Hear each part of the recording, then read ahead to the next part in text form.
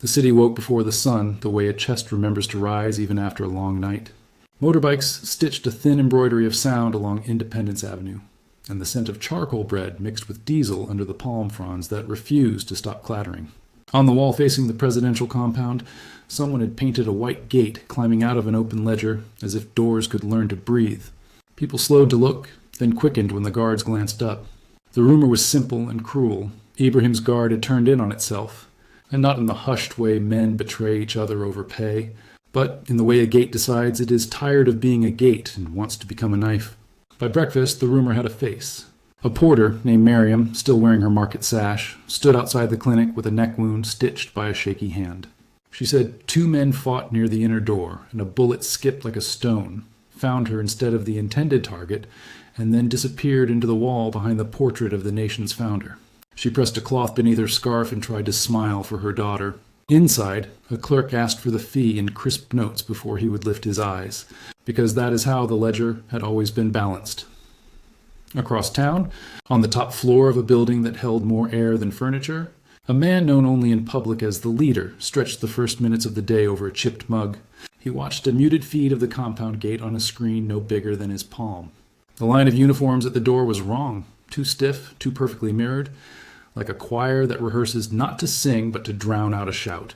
Near the gate, a young sentry named Isa finished a night shift, palms inked with the graphite of a cheap pen he loved, because he loved to write names, and writing names meant someone counted. Isa was the kind of guard who greeted nurses by name and slid his lunch into the hands of a courier who looked pale.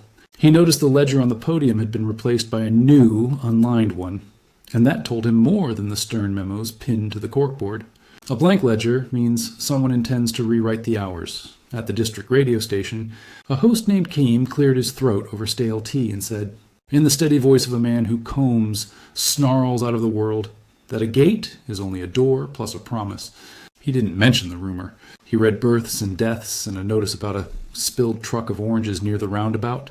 But he felt the city breathe shallowly, like a patient preparing to hold breath against pain. In the ministry annex, a deputy commander named Bako signed an overtime authorization with the thin smile of a man who learned to keep his lips together when counting money. He looked at a roster that had been edited in coarse, impatient handwriting, certain names circled and then uncircled, and thought only, if it happens, I will tell them I did not see the final list. The injustice arrived early and plainly. Miriam waited at the clinic door with her cloth, shifting her weight to keep her child from seeing the blood, while the clerk tapped the glass that separated need from help. A gate, a breath, a ledger, the same grammar in different rooms, and in the compound, a whisper slid between lockers and along WhatsApp threads asleep with emojis. Tonight, the guard will correct the story. It was the kind of whisper that turns a breath into a count, as if exhale 1, exhale 2 could measure the distance between loyalty and murder. Somewhere, the leader's aide, Awa, scrolled through a photo of the white gate mural and felt her sternum grow tight. She had walked through enough doors to know the weight of one about to be slammed. By mid-morning, the air grew metallic. A procurement driver delivered a crate of uniform adjustments and a sealed envelope marked with a code no one recognized. Isa, 10 meters from the inner door, drifted 2 steps left and rested his hand on the latch of a maintenance cupboard he had never noticed before. He thought of the way his mother would tap a doorframe before entering, as if to wake the wood so it would hold her as she crossed. He tapped the metal. It answered with a hollow sound he had never heard in his own chest. And in that echo, he realized the rumor had been carved into schedules and gate rotations, into the ledger and the new blank one, into all the small objects that let a plan pass for routine. The city breathed, shallow and fast. The gate pretended not to listen, and the day began to tilt. By noon, the heat turned every uniform into a wet flag. And with the heat came the tighter orders, the half-smiled checks, the way a command can sound like a suggestion when spoken to those already persuaded. Isa studied the rotation sheet thumbtacked to the kiosk. His name had been moved to the inner ring for the night watch, a place he had requested only once and been told to be patient. Now patience was granted as if patience were a weapon. Over the sheet, someone had penned 4 initials in small letters, not an acronym, but a code that looked like the corners of a square. He traced it with his eyes and felt briefly as if the paper itself were a floor plan. In the sickbay, Miriam finally reached a nurse who set down her own ledger and cleaned the wound with eyes full of apology. The nurse was a woman who counted breaths, not banknotes, and she whispered that the clinic's generator would dump twice tonight. Because the maintenance man had been reassigned to the compound for extra security coverage. A door removed, from one room to be affixed to another, deputy commander. Baco made his rounds with gloved politeness. He watched the leader's convoy pass a window with the murmur of tires on dust. His face arranged itself into the seriousness of duty. He held a clipboard so full of signatures it concealed its emptiness. In a cramped office, Awa's phone vibrated with a series of messages from a number that changed every week, but always began without greeting. The messages were photographs of rosters, close-up shots of notes and margins, a glimpse of a ceramic mug with a chipped lip next to a badge clipped to a belt. She recognized Isa's graphite strokes in the way he wrote the numeral 2, open and curved, never closed. Courage leaves fingerprints. She typed back 3 words that were not in any manual of government. I believe you. The city's rumor sharpened into a narrative with acts. In the market alleys, people repeated that there would be a power cut tonight, that a decoy would be sent through the west door while the east door staged surprise. The truth hid inside 2 paper facts.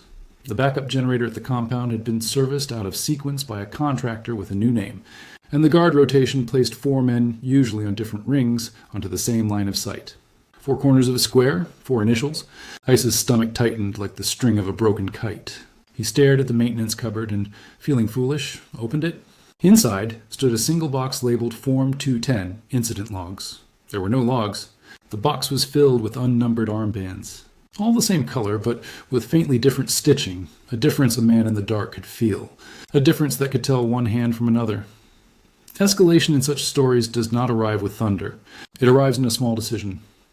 Do I write this down? Isa took his pen and wrote on the inside of his wristgate cupboard, 210 curtain armbands. He closed it, adjusted his beret, and nodded at a colleague whose eyes were restless. Tonight? The colleague whispered. Not tonight, Isa said, and tried to make the word mean warning rather than consent.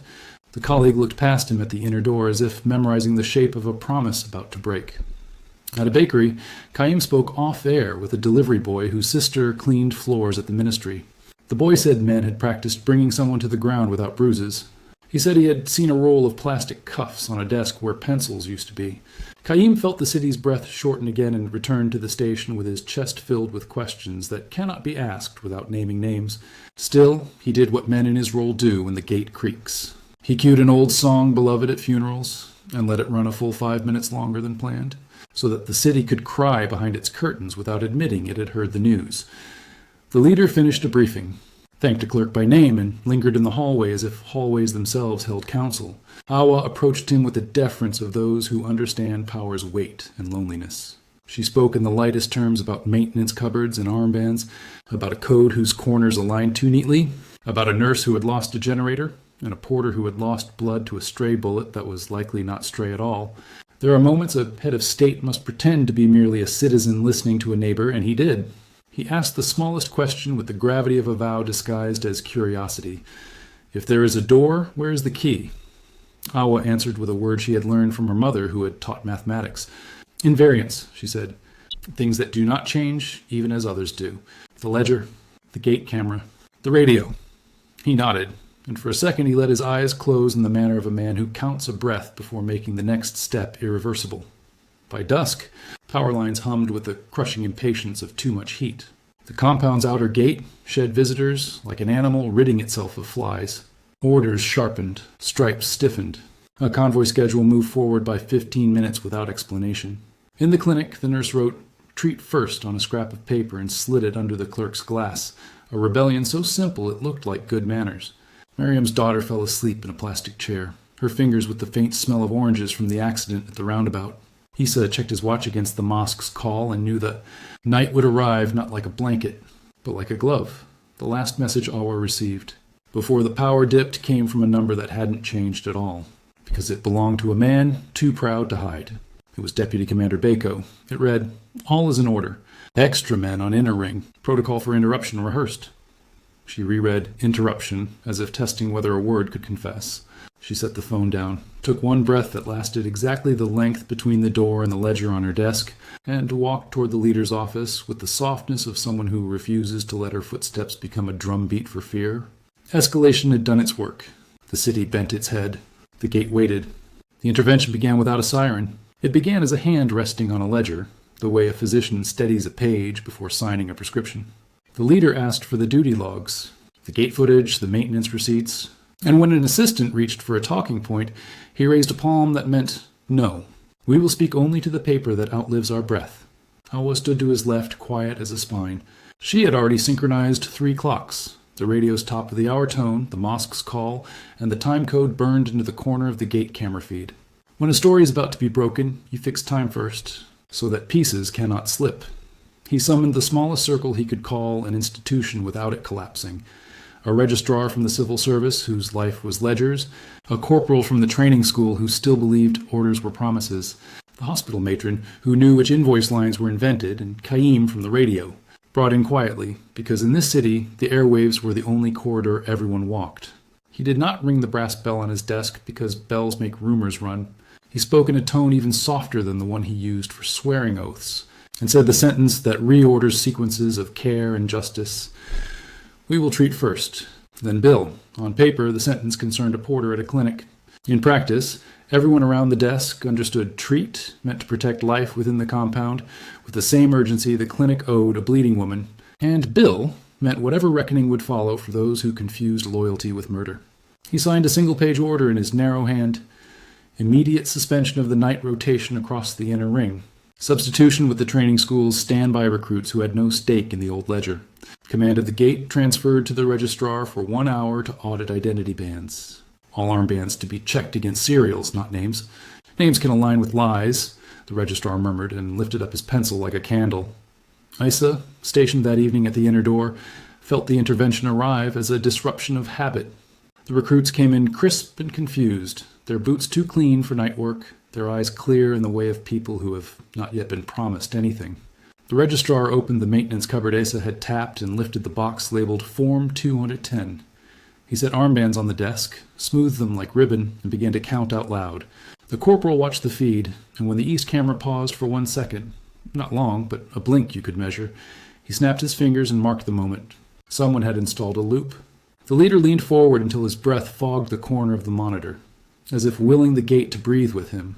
Baco arrived as if answering a question about punctuality. He offered regulations by chapter and verse. He reminded the leader that a chain of command is a door with a lock, and that even good intentions must knock. Awa smiled a tired smile and slid a copy of the 1-page order across the desk so gently it could have been a handkerchief. This is the key, she said. Baco's lips thinned. He began to argue matters of morale. The matron said, with the calm of a person who has cleaned blood from tile for decades, that morale is when people stop dying from preventable causes. The registrar discovered that 10 armbands carried a stitch pattern, not present in any procurement budget. He circled them with a dull red pencil. Issa shifted his weight carefully so as not to jam the door he was meant to hold open for a life. On the radio, Kaim interrupted the long funeral song and said only that tonight the city would practice a new ritual. At the top of the hour, breathe in through the nose and count 1. Then exhale through the mouth and count 2. He explained that this had nothing to do with fear and everything to do with not letting a lie set the pace of our hearts. It was, in a way, an unauthorized training drill. The city obeyed because it was simple, because it was embarrassingly simple, and because simple drills are how people remember to be alive when doors suddenly close.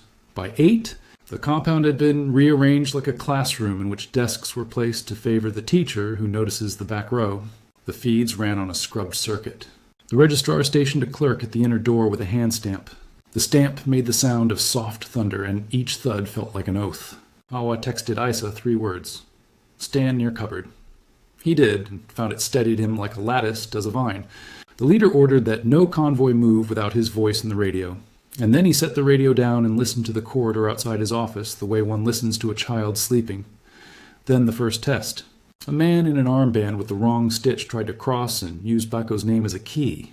The clerk looked at the ledger of serials, saw the mismatch, and lifted his chin in that particular grace that says, I will not be moved even if I tremble. The man smiled as if he had encountered a quaint custom. Isa placed 2 fingers on the man's sleeve with the dignity of a tailor. The corporal, watching the feed, murmured into his mic the word notch, and 3 recruits who had never known more than practice moved like a spill closing around a crack. The man blinked and stepped back because the ritual had changed and he had not been told. Intervention is never clean. It smears across the facts until the facts reassert their edges.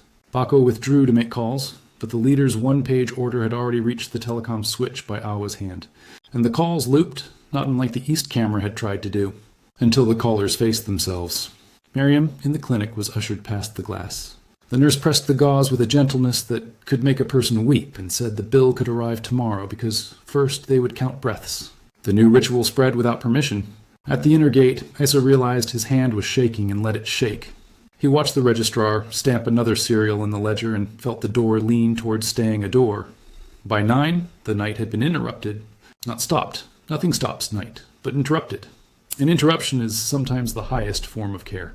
The leader stood, the chair legs rasping against the floor like a match being struck, and said, more to the desk than to those present, "We will now look under the floorboards." He meant, we will investigate, we will expose, and we will do it so that the next breath is steadier than the last. He placed his finger on the ledger's margin as if to bookmark the moment. The air held and then moved. The investigation began with the ledger and the gate and, as Awa had predicted, with invariance. It is easy to trick a camera for a moment. It is difficult to trick the regularity of light that has stamped the corridor at the same angle for 10 years. The registrar pulled up half a decade of inner ring access stamps. Their ink faded to a hierarchy of sunset shades. He traced the times when the hand stamp used a slightly different pressure, catalogued by a clerk who fancied himself an artist and once annotated, "Rain day, weak ink, patterns surfaced like bones in a riverbed." Axis spikes coincided with power dips that should have been random. They were not random. Issa provided the detail that cracked it. The odd armbands were smoother on the edges, less frayed than the legitimate ones. New stock, faster turnover. Someone had built a second ledger alongside the first, parallel armbands, parallel rosters, parallel authority, and then tried to merge them at night. Awa sifted WhatsApp screenshots Issa had forwarded over weeks. She noticed that the men who joked most about loyalty and sacrifice were also the men who never requested overtime, though their names appeared on overtime rosters. Salaries are mouth breaths. Overtime is a held breath, counted and released. The overtime ledger was the secret, its columns staged to hide a pipeline. Bako returned with a complaint about operational humiliation, but the leader now ignored the theater. He requested procurement files for armbands and maintenance. He asked the matron to fetch a box of surgical gloves, and when she did, he slid on a pair, lifted a random armband, and compared the stitching to a receipt's photograph. It did not match. The leader said the word that ends pretense and begins exposure. Explain. Bako's eyes did a small dance that men's eyes do when an exit closes. He launched a claim about shortages, about improvisation in the face of budget delays. The registrar quietly read a clause from the security equipment specification, the sentence that stated that no armband serial may be issued without entry into the gate integrity book. The book sat on the shelf with a ribbon marker, its pages ridge-backed from long use. Awa slid it to the center. On 3 nights, the ribbon marker sat between entries, as if an invisible hand had paused the narrative. The corporal rewound the East camera's blink and synced it to the radio chatter. On those same nights, a phrase appeared. Interruption rehearsal. The recruits, listening, looked stricken the way good students do when they discover their textbook contains a lie. The matron, practical and firm, called the clinic and asked how many so-called stray injuries arrived after 10 on rehearsal nights. The nurse flipped her own ledger. 3, she said. All with fees delayed, all paid the next morning by a man who didn't give his name. Exposure, when it is honest, is less sizzle and more enumeration. It names brokers, policies, petty gatekeepers. Here, the broken mechanism was not a single villain, but the wedge between the ledger and the door, where perverse incentives had been sanded to look like routine. Awa drafted a public memo even before the prosecutions. She wrote that the compound doors would be governed by a new rule, and she named it plainly so people could remember the White Gate Protocol. On paper, it was 4 lines. Treat first, bill later. Gate controls to be audited by serials, not names.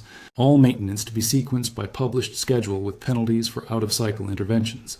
Overtime to be replaced by a fixed duty stipend published on a dashboard so that courage is paid predictably and cannot be bought by night. She sent the memo to the leader for approval. He scratched a note in the margin that read, "Add complaint channel. Response time guaranteed." Exposure needs a stage that is not a scaffold. The leader walked to the press room with the shyness of a person stepping into a neighbor's home. Qaim's microphone was present, but the room felt smaller, more like the circle in his office. He laid the armband on the table, next to the ledger and the receipt. He named no men today, but he named the mechanism, the fake armband pipeline, the looped camera, the overtime chain used to buy silence, the maintenance reschedule that cut the clinic's generator so that the compound could darken at the precise moment the east camera blinked. He apologized for the wound to a woman named in the memo not as a symbol, but as Miriam Porter, mother of one, whose breath had been counted in a hallway when no one else was counting. He did not thunder. He did not pound the desk. He placed his palm over the ledger and said, "This book is meant to keep a gate honest, not cover a knife." The city's breath released, but not in relief, in recognition. People know the shape of rot before it is named. Now they had words they could hold like a house key. Baco stood to the side, the color in his face rearranging. He asked to speak. The leader said yes, because authority, at its best, does not fear speech. Baco said he had sought to protect the head from a treachery within the body, that a few foolhardy men had tried to prune a tree that was growing wild. His metaphor crumbled in the air. The registrar said gently, "We count, not prune." The corporal announced that certain men had been taken off post, pending inquiry. Awa displayed a screen with a new dashboard mock-up. A quiet rectangle of light that showed 3 lines. Door to help minutes. Gate integrity index. Complaints resolved in 24-hour age. It was oddly beautiful, the way a clean room is. She explained that tomorrow the numbers would go live and the public could look without asking permission. Exposure is not finished when the press disperses. It continues in dim rooms where people reread memos and look for themselves in the narrative. Isa walked to the clinic with the small shame of one who had almost been used for a crime. He found Miriam awake, her daughter counting the holes in the ceiling tile and whispering the numbers in a game. He told her there would be no bill tonight. He told her he was sorry for the stray that was not stray. She said what the poor always say when systems finally bow. "Don't forget tomorrow." He nodded, and in his chest the new ritual formed. 1 breath to remember the wound, 2 to plan the cure. The investigation had turned a rumor into a ledger entry. The exposure had turned a hidden gate into a public door. Now came the work of making the door boring. At dawn, the mural of the white gate had new chalk added by a hand no one saw, a small ticking line below it like the pulse beneath a wrist. The city woke into a second day that belonged to the reform rather than the rumor. The leader signed the White Gate Protocol, and more importantly, signed the funding line that made it more than a sentence. He banned loyalty bonuses for after-hours readiness, the euphemism that had fed the overtime ledger, and replaced them with a plain duty stipend tied to hours actually served and displayed publicly beside unit names. "If man is paid to be brave at night," he said, "he will learn to love the night too much." Awa texted the telecom operator a short request, pinned the complaint channel at the top of mobile menus for 1 week. The number, when dialed, promised a 24-hour response with a clock that would not be allowed to loop. The dashboard went live in a modest pop-up at the ministry. People who had never touched a policy now touched a screen. The first metric, door-to-help minutes, showed a red line bending quickly downward at the clinic as triage began to log treatment times before payments. The nurse, embarrassingly pleased with the triviality of it, held a kitchen timer in one hand and the new logbook in the other. The second metric, gate integrity index, turned green in mornings and yellow at shift changes until the new armbands with serialized stitching were issued. The third metric, complaints resolved in 24H, flickered nervously like a new chick until the registrar assigned 2 clerks to call back everyone who had ever complained and to apologize, even when no solution could be offered. Systems become culture when apologies are a profession, not a mood. Training began. Not the kind that booms and blares, but the embarrassingly simple drill drawn on a page that made recruits roll their eyes before practice made them nod. The drill had 4 steps printed in large font. Point to the ledger. Touch the door. Name the person. Count the breath. At the gate, a recruit would always put a finger on the ledger and say the serial aloud. Touch the doorframe so that it ceased to be invisible. Ask for the person's name without rank.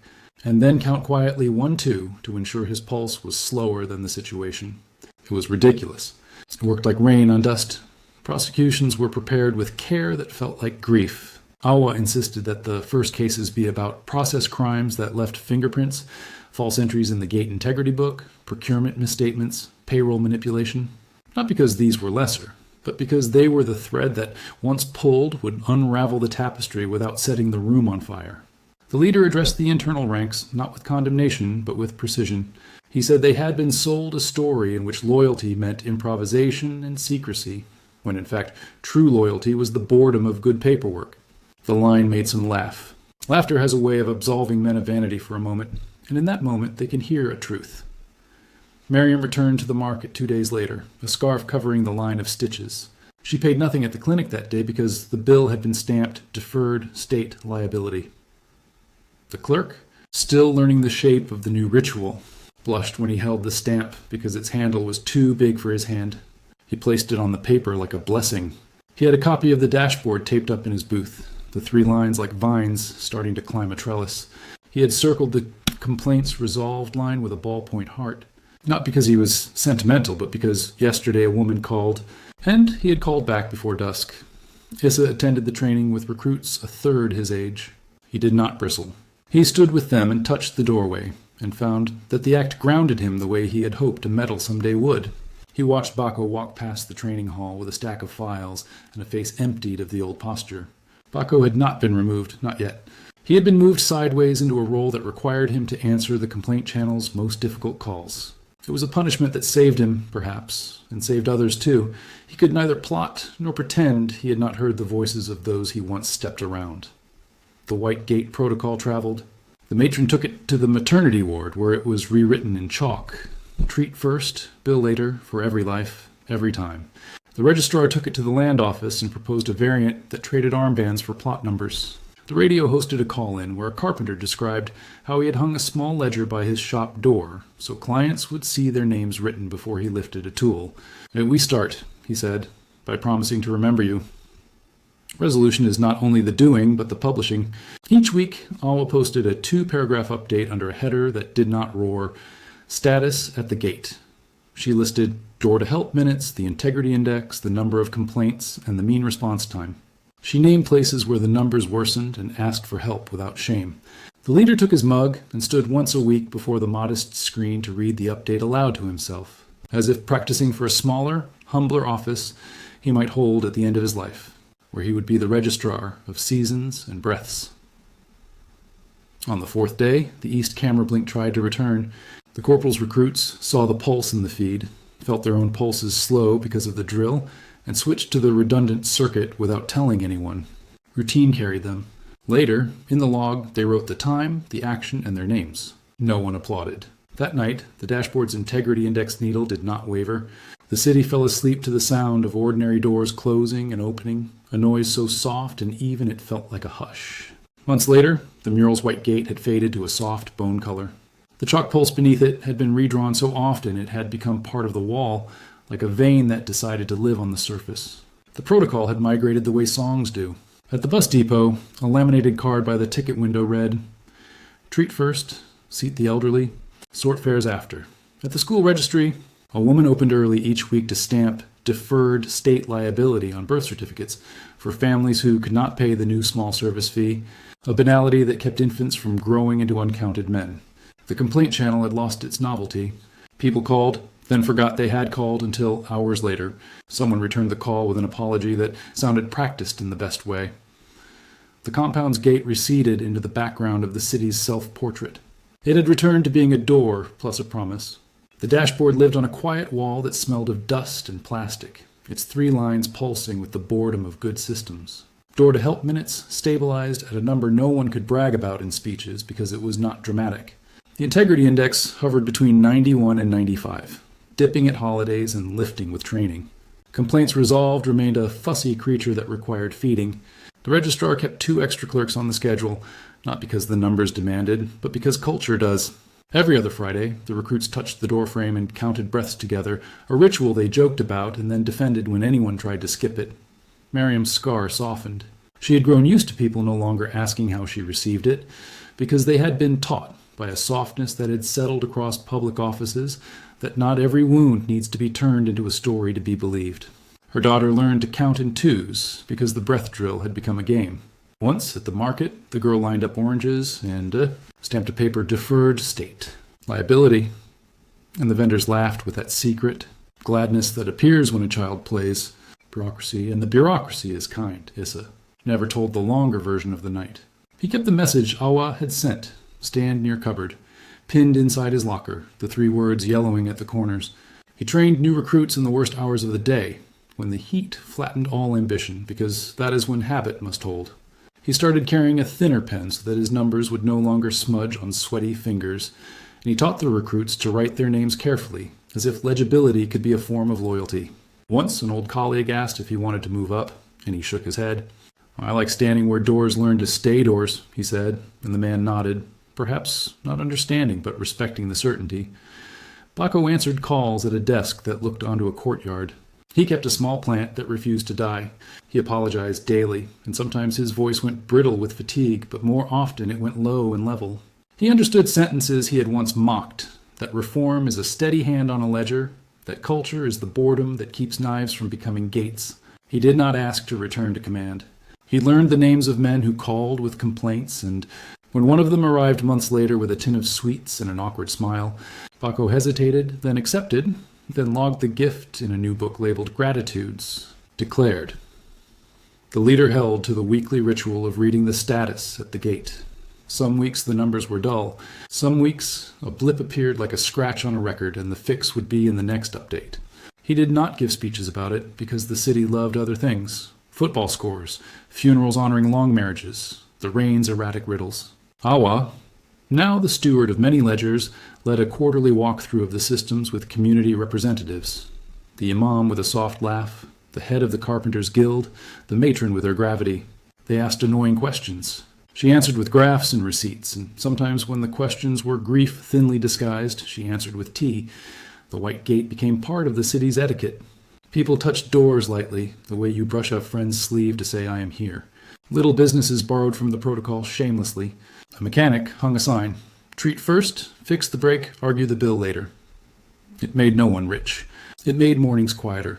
If corruption returned, as it always does, like a weed sneaking under a fence, it found the soil less friendly because there, running through it, were the habits. Point to the ledger.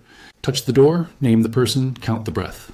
The city's lungs were no stronger than before, but they had learned a rhythm that did not yield when a whisper tried to teach them panic.